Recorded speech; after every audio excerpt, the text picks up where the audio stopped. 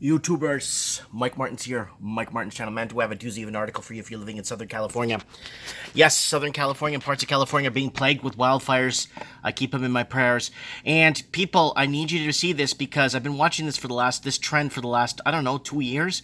Southern California home sales crash, a warning sign to the nation. This is a big deal. Sales of both new and existing homes and condominiums dropped 11.8% year over year as prices shoot up to record high, and according to CoreLogic, the median price for all Southern California homes sold in June was a record $536,250, according to CoreLogic, 7.3% increase compared to June of 2017. I remember that article I actually read last year. In the past, California, one of the largest housing markets in the nation, has been a predictor to the rest of the country. So, guys, let me explain this to you guys. There's the mass exodus of Californians going east, going into New Mexico, Texas, especially Texas, Nevada. Nevada is seeing sales spikes of Californians leaving their state because they can't afford to live there anymore, and they're coming to grips with having to leave their state. Even if they're born and raised in the state, they have to leave. And that's what the problem is. It's affordability. When the middle class does not buy into the market, you start to see a change. Prices do go up because foreign money is fueling the market. Southern California home sales hit the brakes in June following the lowest reading for the month in 4 years. Sales of both new and existing houses and condominiums dropped 11.8% year over year as prices shot up to a record high. According to CoreLogic, the report covers Los Angeles, Riverside, San Diego, Ventura, San Bernardino, and Orange counties. Sales fell 11.1% compared with May, and the average change from May to June, going back to 1988, is a 6% gain. But what a poor aggregation they're working off. The weakness was especially apparent in the sales to newly built homes. So it's the supply versus demand. This is what's going to happen in Toronto. This is what's going to happen in Vancouver, Sydney. It's going to happen everywhere because the supply versus demand was the issue on paper and the issue to address. And it wasn't. It was affordability. It wasn't supply versus demand. Putting more on the market is going to proportionately destroy prices and bring them down even further.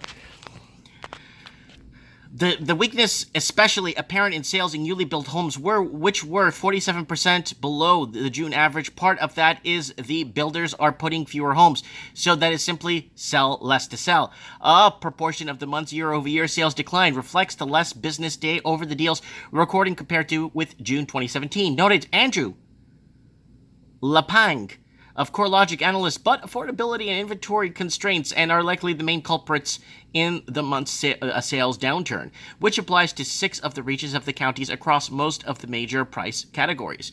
Fewer affordable homes. Guys, it's affordability. If a house is going to cost 26 times your annual income, because remember, you have interests to pay and then you have other things you need to pay. So it's going to take you quite a bit of time. And people are crying in the United States because 30 to 40% of their income is going towards their shelter. Look at Vancouver and look at Sydney, where it's like 70% of your income goes to sheltering you.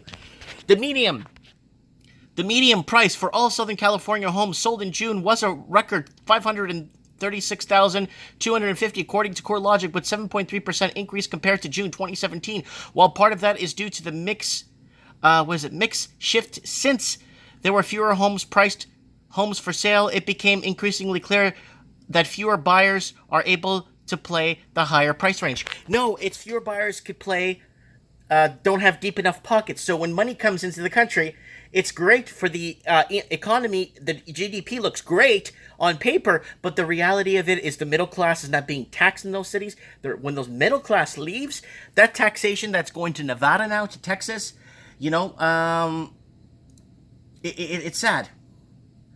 So let me I got things opening up here. Sales below 500,000 dropped 21% on a year-over-year basis, while deals of 500,000 or more fell about 3%, marking the first annual decline for that prices categories in the early 2 years, says Lepage. Home sales of 1 million or more last month rose just a tad less than 1% from year over year, following annual gains between 5% and 21% over the prior year. Lapang points out that the rise in mortgage rates over the past 6 months, increasingly significantly borrowers' monthly payment rates have moved much in the past month, but suddenly going higher again this week, pointing out even further weaknesses in affordability. In the past, California, one of the largest housing markets in the nation, has been predicted for the rest of the country. Home prices have been rising everywhere amid critical housing shortage. Prices have been rising everywhere. Sales by several months, and sales are beginning to crumble even as more inventory comes to the market. The supply of homes for sale increased annually in June for the first time in 3 years, according to the National Association of Realtors sales about the 3rd Street month. Tongue twister, but it doesn't matter, people. What is happening in California? Your kids have been bought out. Your grandkids have been bought out. The rich started buying homes for the kids and grandkids, thinking that this is going to just keep going up. A lot of people were bought into the whole FOMO. If I don't buy now, I couldn't afford. And the Americans that got into these mortgages with rate hikes coming along are now things are tightening right now, and right now the total debt service ratio is beyond. It's through the roof. How are they eating? With credit cards and lines of credit and taking home equity out of their homes to eat. But that's been a problem in California now for a while now. As prices drop and rate hikes keep going up to offset inflation, what's going to happen, guys? What's going to happen?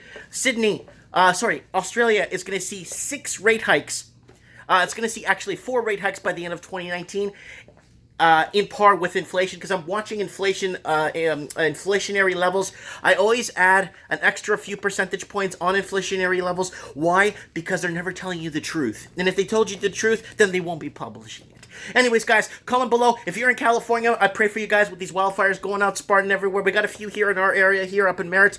Comment below. Let me know what you guys think. Thanks for watching.